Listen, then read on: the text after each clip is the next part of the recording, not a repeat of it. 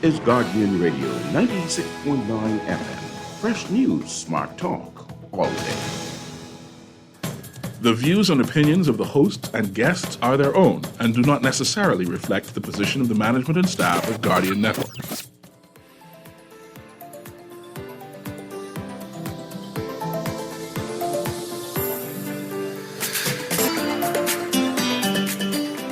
Good morning and welcome to Guardian Radio AM. Today is Monday, April 3rd, and it's a little after 11 o'clock in the morning. Once again, this is CA Newry, and I shall be your host for today as I have a discussion again about immigration, as I have a discussion again about citizenship, as I have a discussion again about what is happening in the headlines. So, of course, I have Erin Green, who has agreed to co-host with me as I put some questions to her. Exactly what is it that the Chief Justice was saying? What is it that the Minister Keith Bell was saying? What is it that the advocates and activists, Libby George them, was trying to say? What is this about citizenship? And what is this word behaving in waiting? That's a Fred Smith word. Why would the Chief Justice use that word? But I have a quote here. And I'm going to use a series of quotes. And I think I have one clip, too, I can play, that I want Erin to respond back and forth with, right? And this is my first quote, and it's from the Chief Justice, right? Requiring individuals born in the Bahamas to foreign parents who are essentially Bahamian in waiting to live on the outside of their society is a recipe for social discontent, which the Bahamas can hardly afford. There's absolutely no lawful justification why these applications ought to take years, in some cases decades, to be processed. And I stop there. And this is where I bring Erin in. Hi, good morning. Good morning, Bahamas. Good morning, Mr. Newry. How you doing? I'm doing well. But before you start, Erin, does it really take decades for some people to get citizenship? It does. It has. Apparently, it has taken decades for some people to get some citizenship in the same way that some people are waiting decades for not approval of the applicant, but the actual granting of the documents and the access to the Crown land. You know, Keith Bell, in this article, Bell government won't rush citizenship. He says, Bell said citizenship is a birthright that must be protected at all costs. Land and citizenship. And I want to analyze that, right? Because I want to speak about Keith Bell's response independently. But I want to hash out what the Chief Justice is trying to say, right? What is this word Bahamian in waiting? That's not an organic word, right? Because you can't be a Bahamian in waiting because you're born to foreign parents, right? But the idea that, and this is why I wanted us to explain who the Chief Justice is, with the title, not the person, who the Chief Justice is and what he represents, right? Sir, he's a sir and knighted, I think the highest, besides the Attorney General, maybe the highest court official in the Bahamas who represents all the judges, right? If at this private function, right, and hopefully you give me some details on where he was hosting this, at this private function, addressing the audience as the Chief Justice of the Bahamas, he used the word citizen in waiting, or Bahamians in waiting, a better word to use. That was purposefully used. I want to try to understand why would he chose those words. Well, to understand that, we got to read the article CJ warns on citizenship delay. That was in last week's, I think, Nassau Guardian. The Chief Justice was speaking at an event. He was speaking at the Eugene Depuch lecture, and he was speaking on the subject of citizenship and nationality. So that's important to know. In this presentation, I can read a quote. So Ian recognized that perhaps the most challenging immigration citizenship issue relates to those individuals affected by Article 7, which speaks to a person born in the Bahamas after July 9th, 1973, neither of whose parents is a citizen. And here's the quote. The article provides that that person is entitled upon making application on his attaining the age of 18 years or within 12 months thereafter, in such manner as may be prescribed, to be registered as a citizen of the Bahamas. The Chief Justice says, it is clear that the Constitution offers, in the case of persons born in the Bahamas to non-Bahamian parents, a deferred right to citizenship. What? A right deferred to the 18th birthday, Sir Ian said. He goes on, some may also say that it is a deferred conditional right, as it seems that the application must be made within a window of 12 months. I have often heard this right diminished as simply a right to apply. It is certainly not a simple right to apply. Everyone and anyone has a right to apply. The right given to persons qualified under Article 7 is an entitlement to be registered upon application and subject only to national security and public policy considerations. I can't let you move on, right? Because that is an indictment, and I think it needs to be reiterated. Are you able to read that again? Because I didn't understand what you said. They have a right, and you use the word entitlement. No, I need to understand entitlement. That's what the Chief Justice used, and here we go. Quote: "It is clear that the Constitution offers, in the case of persons born in the Bahamas to non-Bahamian parents, a deferred right to citizenship, a right deferred to the 18th birthday," Sir Ian said. Quote, "Some may also say that it is a deferred conditional right, as it seems that the application must be made within a window of 12 months. I have often heard this right diminished as simply a right to apply. It is certainly not a simple right to apply. Everyone and anyone has a right to apply. The right given to persons qualified under Article 7 is an entitlement to be registered upon application and subject only to national security and public policy considerations." Now, this is Chief Justice Sir Ian Winder, one of the smartest and leading lawyers we have in the Bahamas who do constitutional law. And in fact, let me put this in. There is now currently a case in front of the Privy Council right now that is analyzing this or concluding if this is entitlement that you use, the word entitlement, or is it subject to stipulations, which is if you didn't apply by 18, you missed that deadline. So this is currently, and correct me if I'm wrong, this is currently being concluded with, adjudicated by the Privy Council now, and they will determine moving forward if this is an entitlement at birth. Is that what's happening right now? I think so. Now, remember, the Chief Justice made this and other statements while he's delivering the Eugene Depute Distinguished Lecture. And the topic was status, rights, and obligations, legal issues in citizenship, immigration, and asylum laws in the Commonwealth of the Bahamas. He was not at the bench. You're trying to say he was not Chief Justice when he was there? Or he was still Chief Justice when he's there? Like how the Prime Ministers talk at private institution, but still saying he's Prime Minister. Well, I don't think you could. I don't think he is ever not the Chief Justice. There you go. Once he's been appointed. Just making sure. But this was not at the bench, right? He does reference that there is a case before the courts, right? Mm-hmm.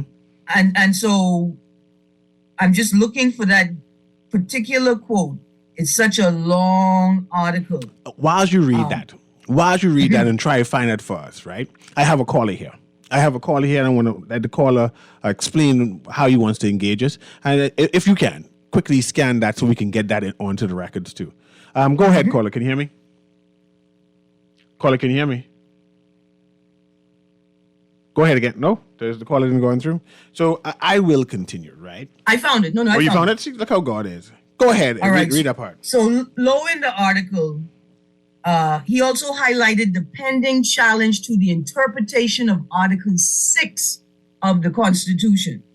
So Ian, who heard a challenge in this regard prior to becoming Chief Justice, held that a person born in the Bahamas is entitled to citizenship at birth pursuant to Article 6 of the Constitution if either of their biological parents hold citizenship irrespective of their parents' marital status.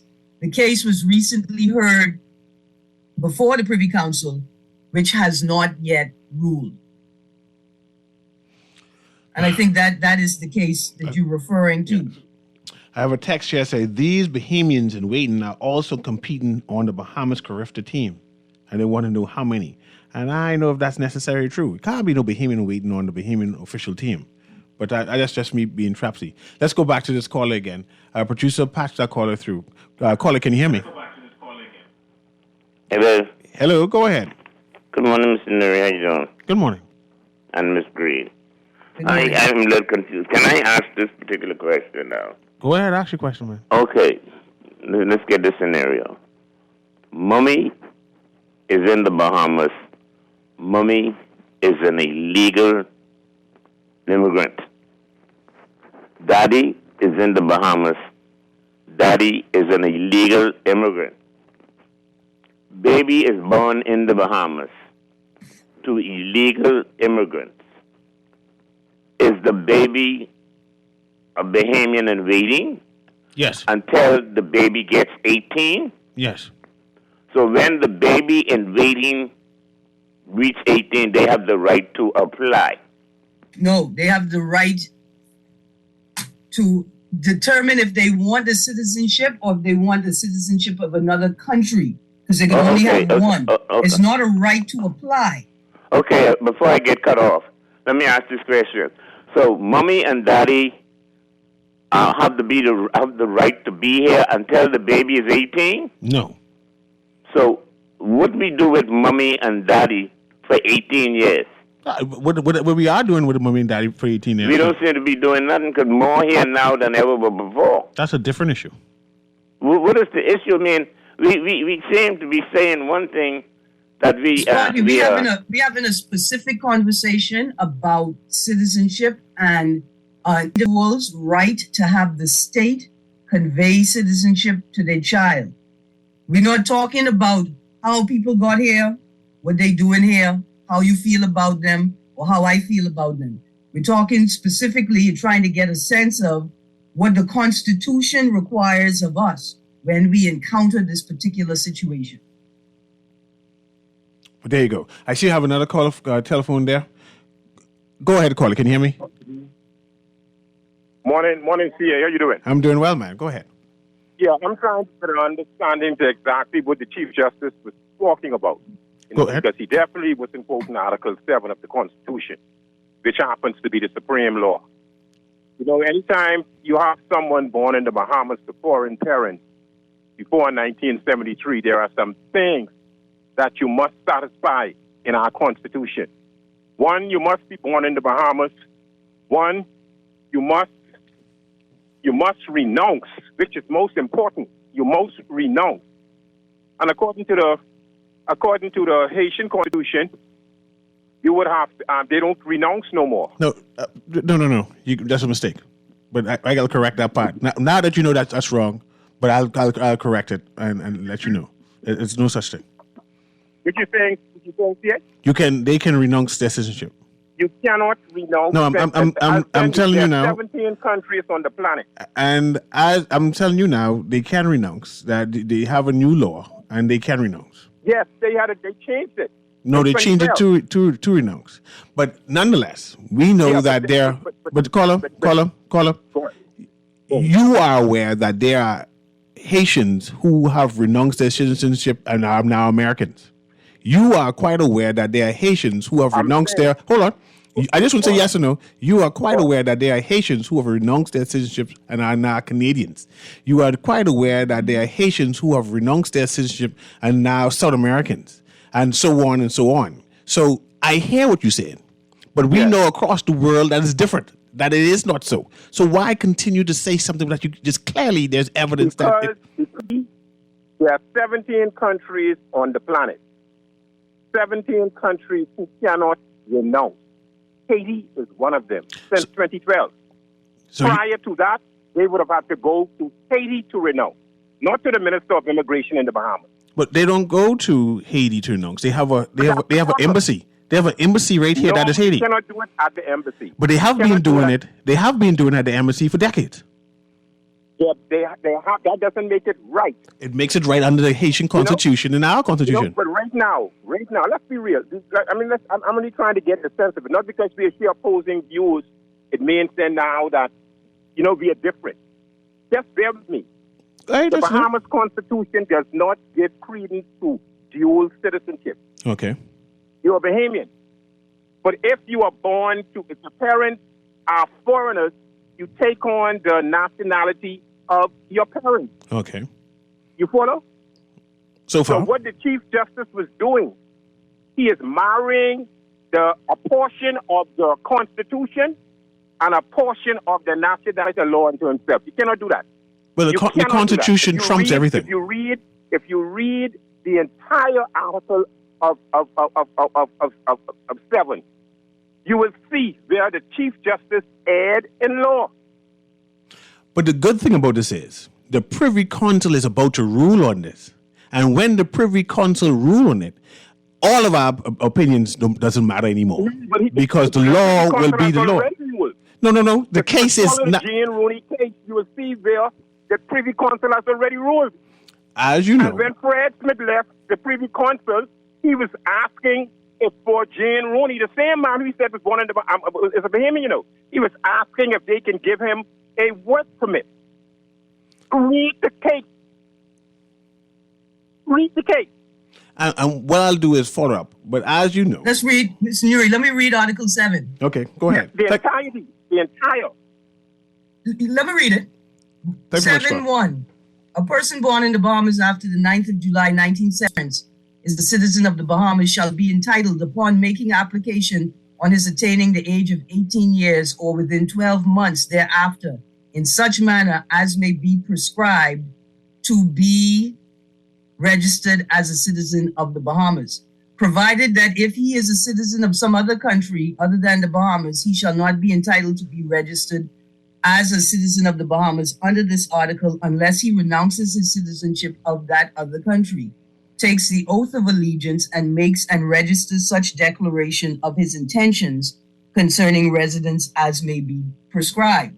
Any application for registration under this article shall be subject to such exceptions or qualifications as may be prescribed in the interest of national security or public policy. Now tell me, please, sir, where the CJ's commentary contravenes or ignores what is in Article 7. I don't see it. But Aaron, there are also second generation, and put this in quotes, Haitian Bahamians. Those persons who were born from children of persons born in Haiti. And as they said, the good gentleman said that the persons born to Haitian parents automatically gets Haitian citizenship. But what happens to their children? Do their children get citizenship? And of course, the Constitution said they don't. So they would be either be considered stateless or only have access to the Bahamas if they were born in the Bahamas. But we have another telephone call, Aaron. So let's patch that caller through. Producer, patch the caller for me. Let's see if we get that. Caller, can you hear me? They're going to ask me a question I would like to answer. Okay, go ahead. It's whether the Chief Justice erred. The Chief Justice erred when he attempted to marry a portion of Article 7 and Article 5 of the Nationality Act. That's where he erred. If you read, if you read and pay attention to the utterance that the Chief Justice was making, you will see where he married the two legislation. You cannot do that. I read Article 7 of the Constitution. Now you tell me how he married Article 5 of the Nationality Act with what I read. Renounce. No, we don't know. No, pause. We don't know. I'm asking you the question. I did my part. I found Article 7. I read it. And I'm asking you to show us where he marries Article 5 of the National Act with Article 7 to misconstrue the intent of Article 7. That's all I'm asking you to do. 5, you will see where, if you read I'm Article 5 asking you of the to read Nationality Act. Article 5. Excuse me? I'm asking you to read Article 5 for us. I don't have it. I don't have it in my purview. So, But a bunch so of it is call us talking back, about caller, if you when you don't have if you Article don't- 5. So we'll have the callers call her back. Get free open. As soon as you get Article 5 to read that part in, Yeah. we'll have it. Now, Aaron, I have a choice. I need to either believe that caller or believe the Chief Justice who is specializing inside the Constitution laws. So these are the big, heavy things weight on my shoulders now. Who to believe? Someone who studied the law or the layperson? And see, I know who I going with. I just know who I going with. But I have another caller here, Aaron, to engage us. So let's do that. Go ahead, caller. Can you hear me? Yes, good afternoon. Hello. I'm right here. Go ahead, caller. Morning. Okay, listen, all this back and forth about this topic, it tells me something. That there are a lot of people that misinterpret it or don't understand the language. What needs to happen is this needs to be rewritten in modern day language and simplified for the people to understand. Because it's the people you're trying to reach. So simplify it.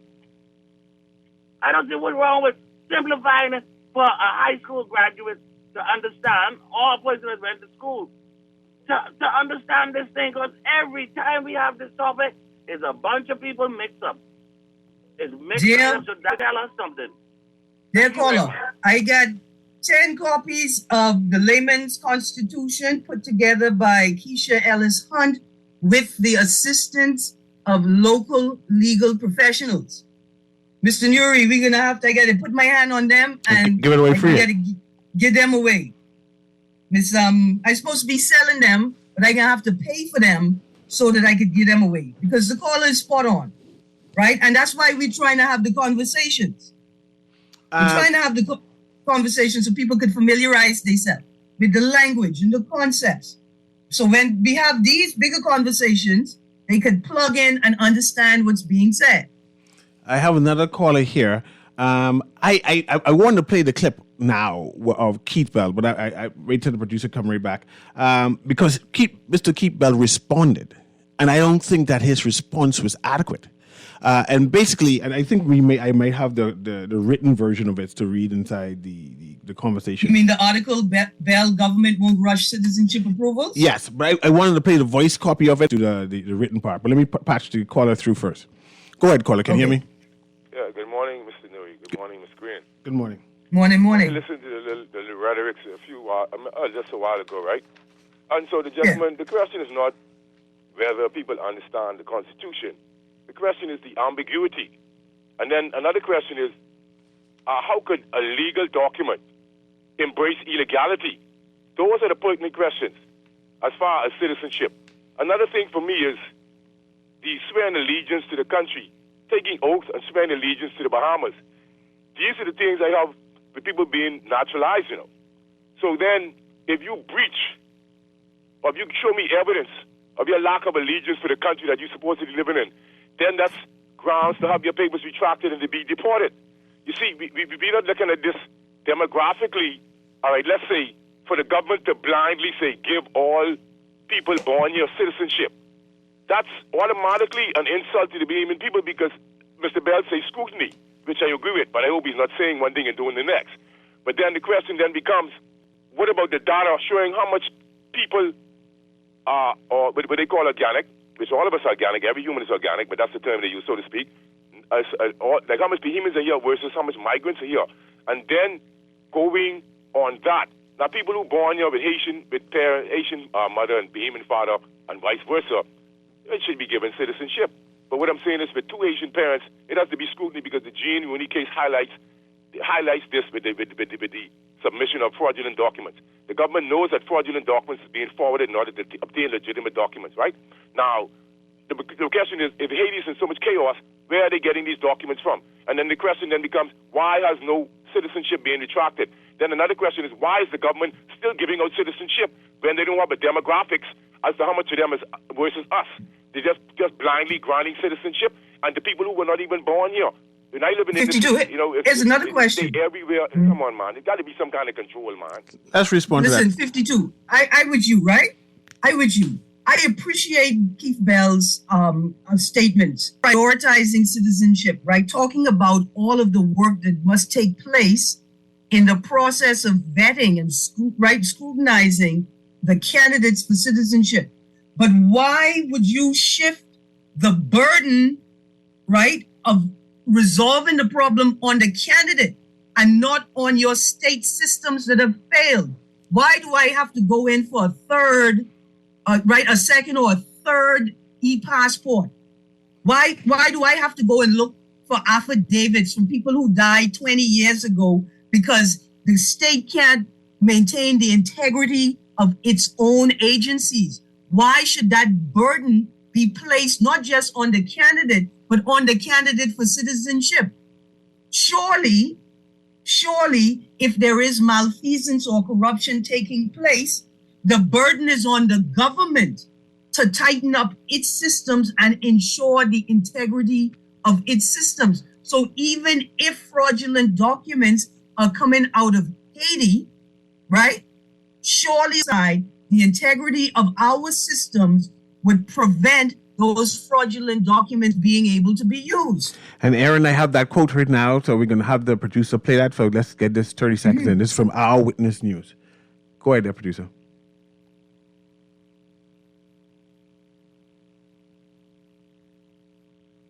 Legislation to address stateless. The government made little progress in advancing legislation to address statelessness, according to the U.S. Department of State's 2022 Human Rights Report on the Bahamas. I'm satisfied that our laws are strong and we are following them to the extent to which we will take our time to ensure that whomever comes to this country may be granted citizenship. That is the responsibility and the authority of the government, and we will ensure that we do our due diligence. We're not going to be rushed by virtue of someone remaining in this country for a significant period of time. Wait periods associated with citizenship applications were also criticized in the report, but Immigration Minister Keith Bell says there's good reason for the length of the process. We receive applications from a significant number of counties, and we have to check with these states, these countries, to ensure that documents that we receive are authentic. They have to be authenticated. We have to ensure that where there is no duplication or imposters, as we have seen in the past. Another hot topic of late referenced in the report, eviction notices and informal settlements. Bell says there is a plan in place post-demolitions. So we'll cut it right there. And reason why I played it, Aaron, instead of reading it, right, is that from that article, from that news report, the minister is content that 10 years is a reasonable time. That is concerning for me, Aaron. You're saying that a person should be allowed to linger, and we're talking about those Bahamians in waiting, because that's where the Chief Justice was talking about, the Bahamians in waiting. Mm-hmm. Those people born in the Bahamas, who went to school in the Bahamas, who we helped grow up and invested in terms of our monies. He's saying that we, the government, are quite comfortable them to wait 10 years until we can prove that they were born in the Bahamas, even though we have our records, until we can prove that they went to school in the Bahamas, even though we have our records, until they can prove that they want to be citizens. Something must be wrong with that, Aaron. And for him to say it out loud, that we have no problem with them waiting 10 years, shows that something is inefficient with our governance. And that must be addressed. Something is absolutely wrong, and I wonder if it takes that amount of time for citizenship applications to be processed from other hemispheres, from other jurisdictions around the world, other regions? Is this a particularity to the Haitian migrant community? Is it a particularity to brown skin migrants from the South? How long does it take to process the citizenship application of somebody who is purchasing a large home or making a major investment? It is it is intolerable. And unfortunately, due to other discriminatory provisions in law, it is very difficult to challenge. Good. And Aaron, we have another caller here. Let's see how this caller wants to engage us. Go ahead, caller. Can you hear me? Good morning to both of you, Cecil and to Aaron. Please allow morning. me to engage you in this conversation. First, your utterances was both correct and wrong. Correct in the fact that there are systems in place that actually add chaos to the situation. And Aaron, this is not peculiar to the Haitian migrant, but it's augmented by the condition of Haiti over the number of years. As you're well aware, there's something called KYC, or know who it is. So let's take this to the basis of entry into the Bahamas. A person should not, in any country, be able to enter a country, provide no legal documentation as to who they are or where they're from, give a name, not be verified, authenticated of who they are, and it be accepted as a rule, as part of a legitimate legal argument that this is who they say they are. See, Alan Johnson enters, say he is Charles Smith. But what minute is he, Alan? Okay. We ain't talking about those people. No. We're talking about a specific set of people. No, the people who the Chief Justice referenced. No, we talk about the record keeping. Hold on a second, please. But let's talk about the people who the Chief Justice mentioned. People who were born in the Bahamas. But let's go to this, right? So you don't want to talk about those people? No, I want to talk about that. See, I'm saying, I understand the game of convolution and conflation. Let's go there. First of all, let's talk about citizenship of anybody born in the Bahamas. Anyone. If they have a mother or a father, okay, they have a right to application or to entitlement. There's two different things to become citizen of the country for which their parents are from. There's no country in the world that allow just soleil or just Saint-Guiers. That's two laws. One is right of the soil, one is right of blood, the Bahamas office boat, to be registered as a citizen, an entitlement, because we often use the word automatic. Nobody's automatic. The Constitution protects a right. The law transferred. So let's go back to where we talked to. Let's use Haiti as an example. A first generation, born to a first generation Haitian who was born in Haiti, is guaranteed the right to be registered upon application. Okay? It's not no automatic. Now, you have that first generation, right? It's registered. If that person is registered, that right is still protected. That person has a child. Whether they are registered or not, that entitlement is still there. That second generation has a right to be registered upon application as a citizen. The fact is that child parent refused, that second generation, refused to be registered. It is no fault of this state or any state, because that parent doesn't do what is necessary for that child.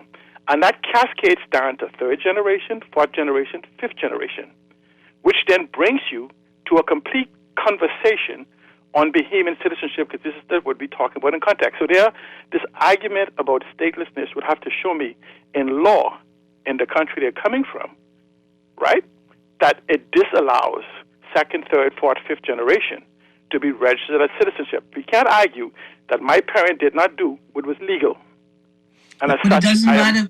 And let's discuss that. I remember what I thought about Aaron, belongers and Turks and Caicos. Like how the grandchildren, automatically Turks and Caicos, say, hey, you could be only that first generation. But anyway, we pick and choose and pick and choose countries. But I know in Turks and Caicos, he's a grandchild. You don't know automatic Turks and Caicos person. But I have another caller. Go ahead. You answer, then I go to the next caller. No, go to the caller. I pressed the button before, Kirk. Go ahead, caller. Can you hear me? Hello. Good afternoon. Good afternoon there. Good afternoon. How are you doing? We're doing well.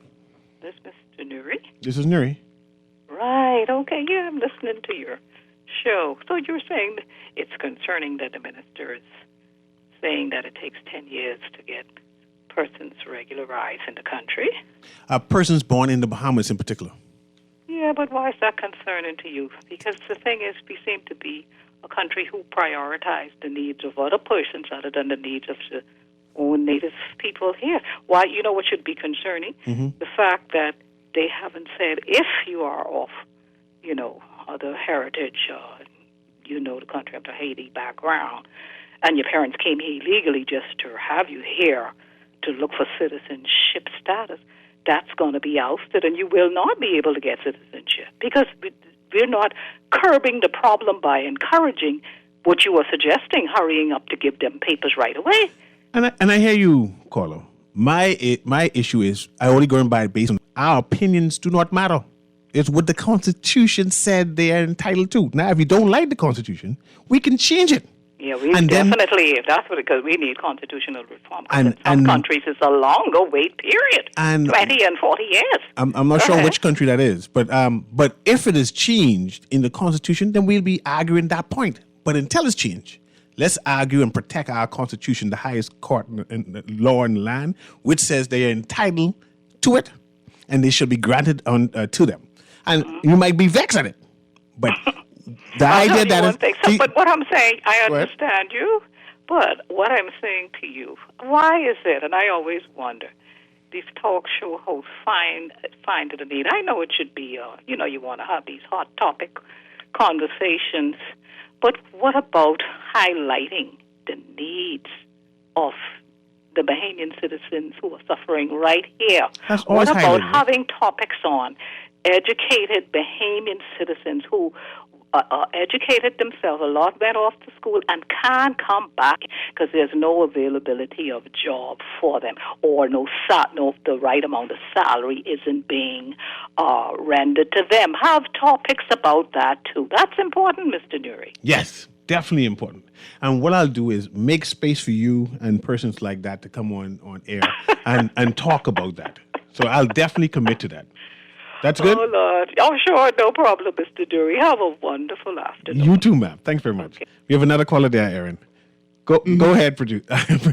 Quicker than Kermit today. Go ahead, caller. Caller going once. Caller going twice. Kermit, go to the next one. Caller going once. How you doing, caller? Hi. Good morning. How you doing? I'm doing well. Okay. And good morning to your co-host, Aaron. Good morning to the nation. Just tuning into your topic on the comments of the Chief Justice versus the Minister of Immigration and Labor, Keith Bell. I believe that the problem, while we are looking at ways to address the interim problem, the overall problem still exists, and I'm not hearing the government that I support speak to how we're going to address it.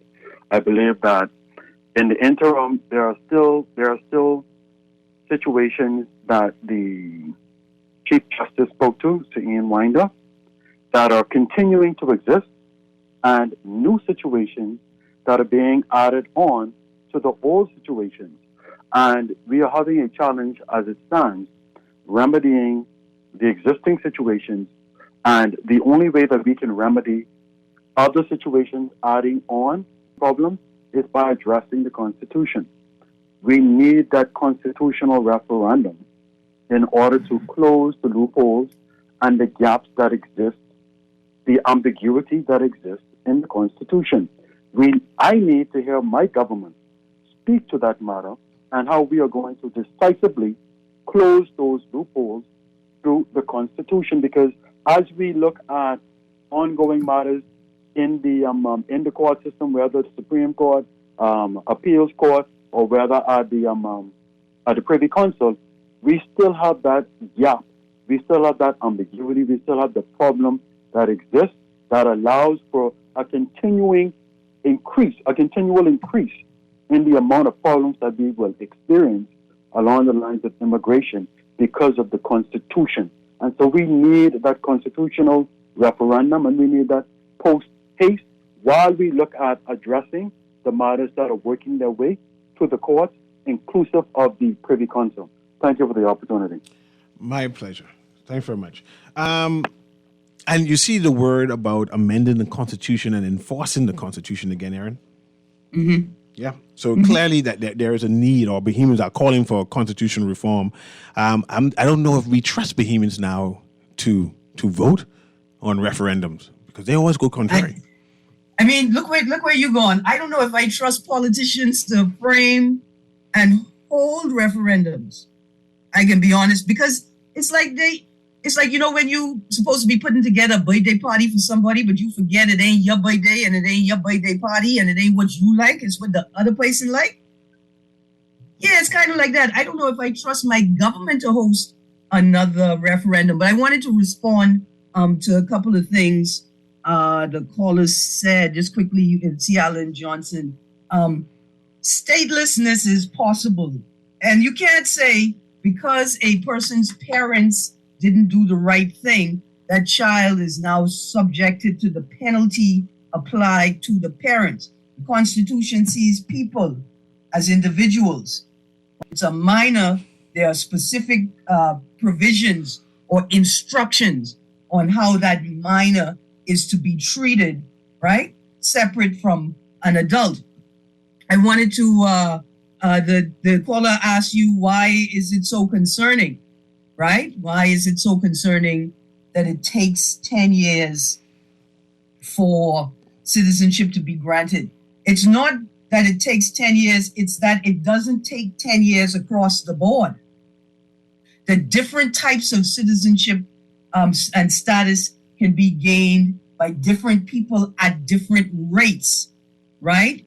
If you're telling me that there's a standard process, right? And everybody from application to granting approval or denial has to wait 5 years because we give the general public 3 years to submit their query or their challenge to the granting of citizenship. That's different from telling me, well, it may take 10 years to determine whether these documents are fraudulent or not. Here's another reason why it's concerning. The child, if we follow the Chief Justice's interpretation, is a Bahamian at birth, is entitled to be registered as a Bahamian at 18, only has 1 year. Well, if you know that the people only have 1 year from 18 to 19, upon their registration at birth, right, upon their birth documents, you should have a file and a unit that is doing that investigative work on the parents, the guardians, whatever, to ensure that once they hit 18, if they make the application can be processed because of the national security and good governance concerns, can be processed as quickly as possible. There's another reason why it's concerning. In the break, I went to Article 5 of the Bahamas Nationality Act. Let's look at Article 6. It speaks to the registration of minors. It says, the minister may cause the minor child of a citizen of the Bahamas to be registered as a citizen of the Bahamas upon application made in the prescribed manner by the parent or guardian of such child, which suggests that if one of your parents is a Bahamian, and they are applying for you to have your citizenship registered, it could be done right away. But if you're another category of a person who is entitled to have their citizenship registered, that you got to wait 18 years, and then you may possibly have to wait longer than that. That is why it's so concerning. I have another text here. It says, Mr. Newry, I'm concerned as to why you feel something is wrong with waiting 10 years for citizenship. My son is married to a Canadian for the past 10 years, and she just obtained the residency certificate. I think that's too long, too, that you married and here residing and 10 years gone by and your wife just getting, see, I find that inefficient. Something is wrong with that. And the next text, go ahead. The next text is, I try to lose it, but I remember it. It says that you think 10 years is long for citizenship. Imagine waiting 10 years to get confirmed for your government job. So I think that's too long, too. Right. I think that's too long. Right. The pace of government is not just slow, it's detrimental to the lives of the people it's supposed to be serving. And that's a part of the real issue. What is Keith Bell telling me about citizenship being a birthright and it's so important and I have to protect it? Protect it for whom? The same people that can't get the Crown line application, the same people that can't get beds in the hospital, the same people that can't get access to the passport documents. Who are the people you're protecting this birthright for? Are you protecting it for the administration? What do you need citizenships for? What is the 10 years for? For what purpose are you protecting it? Aaron, the music playing. The music playing. We need to go on a commercial break to pay the bills. But we will be back to continue this conversation, though. Guiding Radio in the AM with CA Newry. We'll be right back.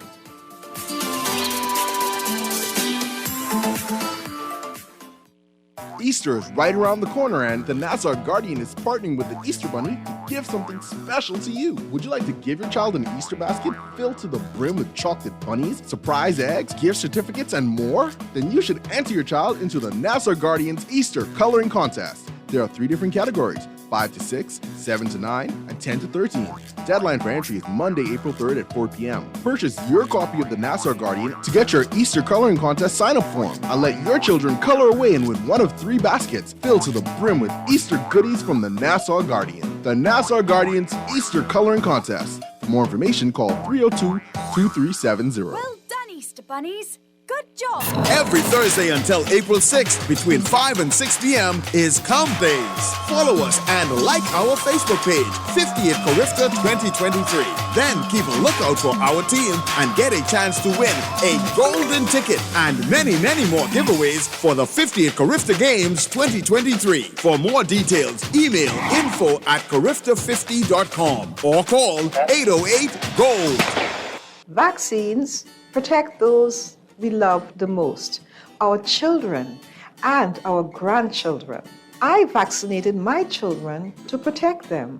Getting your child immunized can protect them against diseases like polio, measles, whooping cough, and others. So protect your child today by getting them immunized. My grandchildren are vaccinated. You should do the same. Vaccinate your children and your grandchildren and make sure they are safe. Take advantage of the National Vaccination Catch-Up Campaign, March 25th to April 6th.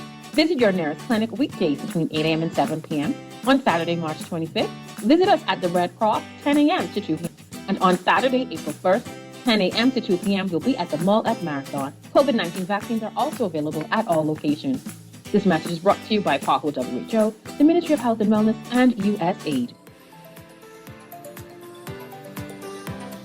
And welcome back to Guardian Radio AM with CA Newry. Of course, I have Aaron Green having this discussion with me, but I wanted to change the conversation a little bit, Aaron. Right? Recently,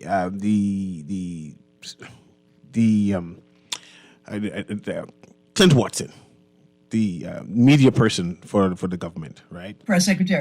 Thanks very much. I couldn't remember that for nothing. Yeah. He explained that the government plans to follow the law based on whatever the judge ruling is regarding the shanty town, right? They have issued 200 odd eviction notices, and now it's going to go to court, and it will be determined by the court what shall be done with the shanty towns, etc., etc.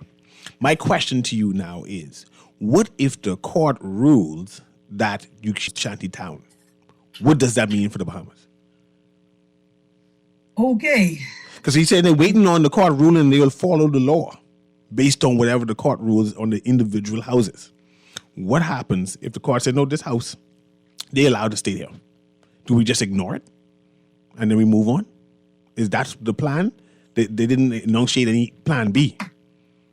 Right. I got you. That's a sticky one. Here's what I would suggest. What I would suggest is that if the government, see, there's a housing crisis, right? I think that the problem starts with the housing crisis. We have documented migrants who are saying, we have been looking for places to live. There are none available. That we find Bahamians in the shanty towns as well suggests that the majority of documented migrants are not lying. Bahamians are also having a difficult time finding affordable, accessible housing. So I would find those private sector entities that are best able to partner with the government and get short-term rental housing, affordable, accessible, available right away. That's what I would do. I would figure out on Abaco, in Eleuthera, in Andros, and then in multiple spots in New Providence. I need to get apartments up right away, temporary housing options, not homes, rental and leasing options, month to month and yearly or multi-year leases available for people at decent rates. That's it. That's all that can happen, because what we know is that the documented migrants don't want to be there. They want affordable and safe housing, and this is all that they could find. If we provide the affordable and safe housing, then they will leave the shanty towns because they don't want to get caught up in immigration raids. They don't want to get caught up in the types of criminal activities that can arise in these unregulated spaces. They don't want to be there. Aaron, I'll question you even further. Are you talking about legal residents, or are you talking about migrants when you have this discussion? I'm talking about three categories of people living in the shanty towns. We've got Bahamians, right? We've got documented migrants, and then we've got undocumented migrants. That the Bahamians and the documented migrants will move if there is safe and affordable housing available. But by the sheer numbers that they are, surely it's impossible to create enough housing to accommodate these numerous shanty towns that we have throughout the islands. So this is sounding like it's going to be a 5 to 10 year problem or solution. No, man. I rebuke even the sentiment of it. I want you to know that I appreciate what it is that you're saying, but I throw it away with the bathwater, so to say. If we have a minimum of 10 major developments being proposed right now to invite guests in, we got 2 in Adelaide, 1 South Ocean, 1 at the bottom of Fox Hill Road by Hannah Road, right? We've got the Big 10 hotel development proposed for Sansal. We've got at least a minimum of 3 major projects on the table for Exuma. Eleuthera is lighting up. Andros is lighting up. If we could be building all of those, what do you mean we cannot build and find housing for those documented migrants and Bahamians who cannot find it? So you're suggesting that no major construction, these big buildings to be constructed unless they have some kind of housing development attached to it? What I am suggesting, though, I like how you did that. What I am suggesting is that they can't build those construction projects, those developments cannot be successfully completed without the migrant labor that's already in the country. So you got to do something. You need the labor. Aaron, we got to go to the news. It's 12 o'clock, Aaron. We got to go to the news. This has been Guided Radio in the AM. Have a wonderful day.